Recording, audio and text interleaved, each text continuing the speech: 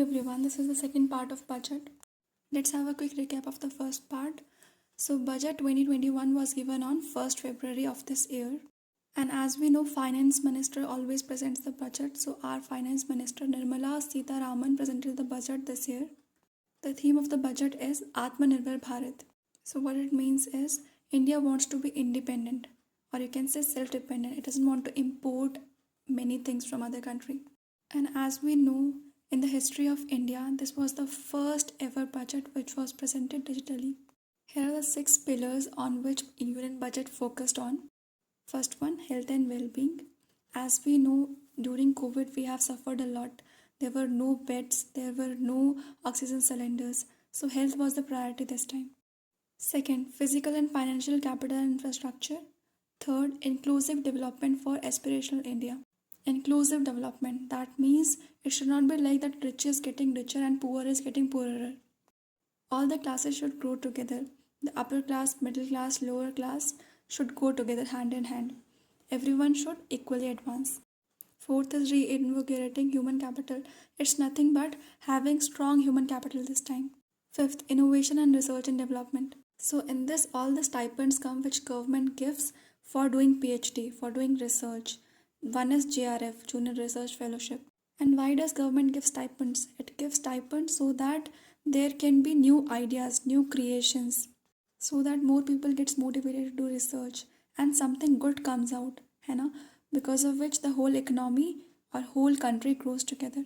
The last one is minimum government and maximum governance. This means the presence of government should be less, but the fear of government should be more. People should be afraid of doing wrong.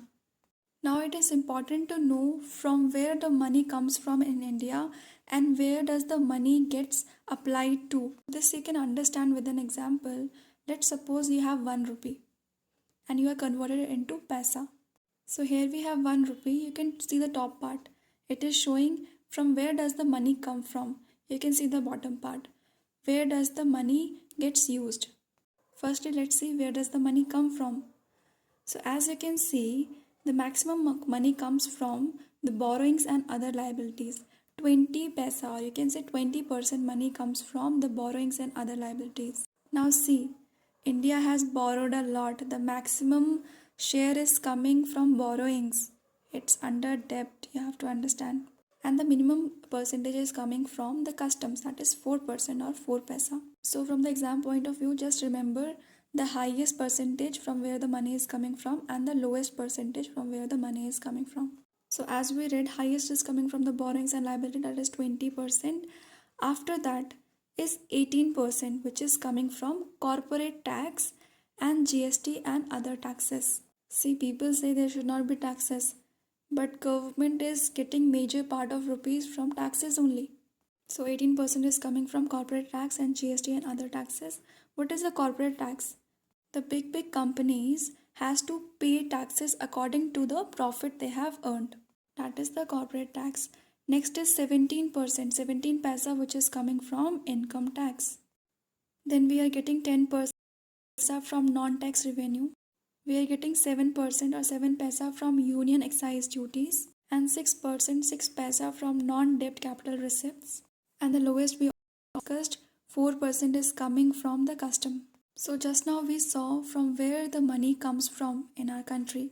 Now we will see where does the country spend all this money. So the highest expenditure is done on state share of taxes and duties, that is 20 paisa. This you can understand in this way. Let's suppose the country has 1 crore rupees and it is spending 20%. What would be 20% of 1 crore? 20 lakhs. 20 lakhs on state share of taxes and duties. Now the lowest is being spent on pensions and subsidies, that is 6 paisa and 6 paisa percent. Okay, after 20% spending on the share of taxes and duties, next comes our 18%, which is being spent on interest payments. Then 13% is being spent on central sector schemes. 10% on finance commission and other transfers. Again 10% on other expenditures. 9 paisa, 9% on centrally sponsored schemes. 8 paisa is being spent, 8% is being spent on the army, our defense. Again, here the important things to remember are the highest and lowest. Highest is being spent 20% on the state share of taxes and duty. Lowest is being spent on pensions and subsidies, that is 6%. So as we know, the healthcare sector is the priority this time. So as you can see, rupees 2,23,846 crores are being spent on health and well-being, which is 137% more than what we spent last year. Last year we only spent 94,452 crores, but this year we have increased it by 137%, that is 2,23,846 crores. We are focusing on strengthening three areas, that is preventive, curative and well-being in terms of healthcare. Then steps are being taken for improving health and well-being, vaccines. Then again important thing is rupees 35,000 crores are being spent for COVID-19 vaccines. This is important.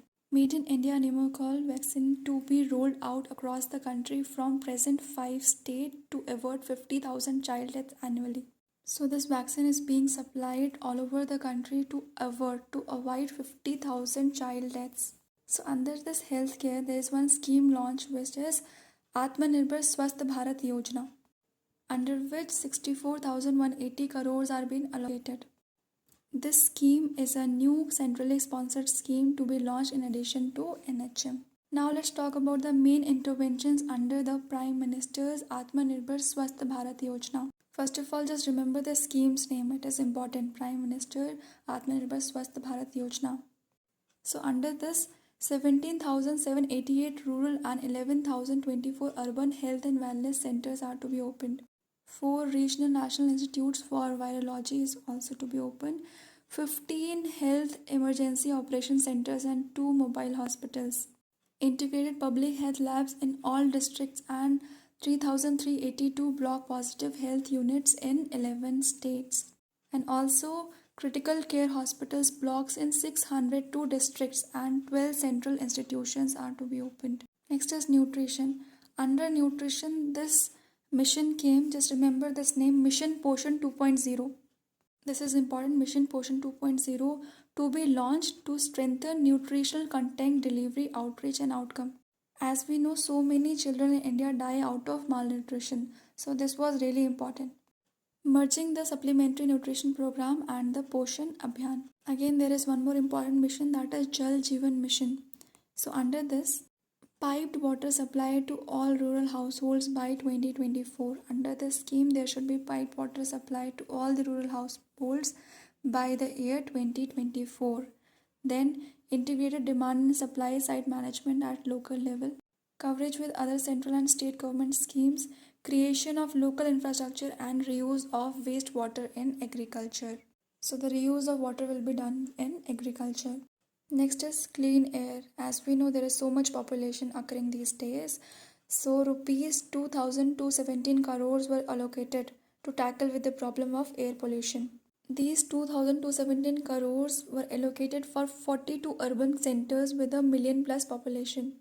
Then also there came a scrapping policy, under which voluntary vehicle scrapping policy to phase out old and unfit vehicles. So there would be automated fitness centers which will do the fitness tests of all the vehicles.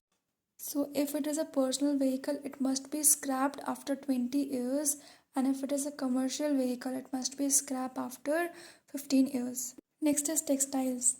So under textile there came a Mitra scheme. Mitra's full form is Mega Investment Textile Parks Scheme. Remember the scheme's name, it's really important. 7 textile parks to be established over 3 years, and textile industry to become globally competitive, attract large investors to boost employment generation and exports. And this is really important. 7 textile parks are to be established in 3 years. Next is infrastructure. Rupees 1.97 lakh crore in the next 5 years for PLI schemes in 13 sectors. PLI is Production Linked Incentive Scheme. To create and nurture manufacturing global champions for an Atmanirbhar Bharat. To help manufacturing companies become an integral part of global supply chains and possess core competitive and cutting edge technology. to bring scale and size in key sectors to provide jobs to the youth. This is important under infrastructure. National Infrastructure Pipeline. Remember this name? National Infrastructure Pipeline expanded to 7,400 projects. Around 217 projects worth rupees 1.10 lakhs crore. Then also under this there were three thrust areas for which the measures were taken to increase the funding for National Infrastructure Pipeline. Those three areas are creation of institutional structures, big thrust on monetizing assets, third one enhancing the share of capital expenditure. There is one more important area, that is National Rail. One program launched, that is National Rail Plan for India 2030. So what is the vision? The vision is to create future ready railway system by 2030. First one, 100% electrification of broad gauge routes to be completed by December 2023. See, there are roads which bisects the railway track. There the government is trying to put 100% electrified gates. So when the train is about to come, automatically the gates will close so that we have more safety. Broad gauge route kilometers RKM electrification to reach 46,000 RKM, that is 72% by end of 2021. Western Dedicated Freight Corridor DFC and Eastern DFC to be commissioned by June 2022 to bring down the logistic cost, enabling Make in India strategy. So this time, as we know, the theme is Atmanirbhar Bharat. So India is trying to make all possible things in India itself. So for trains, everything will be made in India this time so that there is no scope of imports. Another important area, power infrastructure. This you can go through. This one is very important, petroleum and natural gas. Extension of Ujjwala scheme to cover 1 crore more beneficiaries. So as we know, under Ujjwala scheme, last time the target was 5 crores, but we did 8 crores. So 8 crore beneficiaries we had last year. So now this time the government is trying to do the extension of 1 more crore to add 100 more districts to the city gas district network in next 3 years. Then we are also launching a new gas pipeline project in Jammu and Kashmir, etc. Let's go to the next part. One more important area, agriculture. Ensured MSP at the minimum 1.5 times cost of production across all commodities to double the micro irrigation fund to rupees 10,000 crores. Again, this is important. Operation Green Scheme to be extended to 22 perishable products. So earlier we were just working on 3 crops, 3 products, but now under Operation Green Scheme we are working on 22 perishable products. Remember this number 22, it's important. Migration workers and laborers. One Nation, One Ration Card scheme. This is again important. One Nation, One Ration Card scheme for beneficiary to claim ration anywhere in the country. See, laborers have to move according to the job opportunity. So the ration card must be applicable all over the country. Scheme implementation so far covered 86% of the beneficiary across 32 states. Next important area is school education. 100 new Sainik schools to be set up in partnership with NGOs. Higher education. This is again an important area. As we know, in Leh we are lacking education institutions. So what the government is trying to do is trying to establish central universities in Leh Ladakh so that people can get access of education over there and they don't have to move to other states and other places to study. Next, for SC, ST, Scheduled Caste and Scheduled Tribes welfare, 750 Eklavya model residential schools are to be set in tribal areas. So government has planned to set 750 residential schools in tribal areas for SC, ST. In hilly areas, the unit cost of schools are increased from 38 crores to 48 crores. Revamped post-matric scholarship scheme for welfare of SCs. This again important. Revamped post-matric scholarship scheme. 4 crore SC students to benefit. Right now the 15th Finance Commission is running, right, from 2021 to 2026. Under this, so the final report to be submitted to the President retaining vertical shares of state at 4%. Funds to UTs of Jammu and Kashmir and Ladakh would be provided by Centre on the Commission's recommendation. Rupees 1,18,452 crores have been provided as revenue deficit grant to 17 states in 2021 to 2022, as against rupees 74,340 crores to 14 states in 2020-2021. Thank you so much.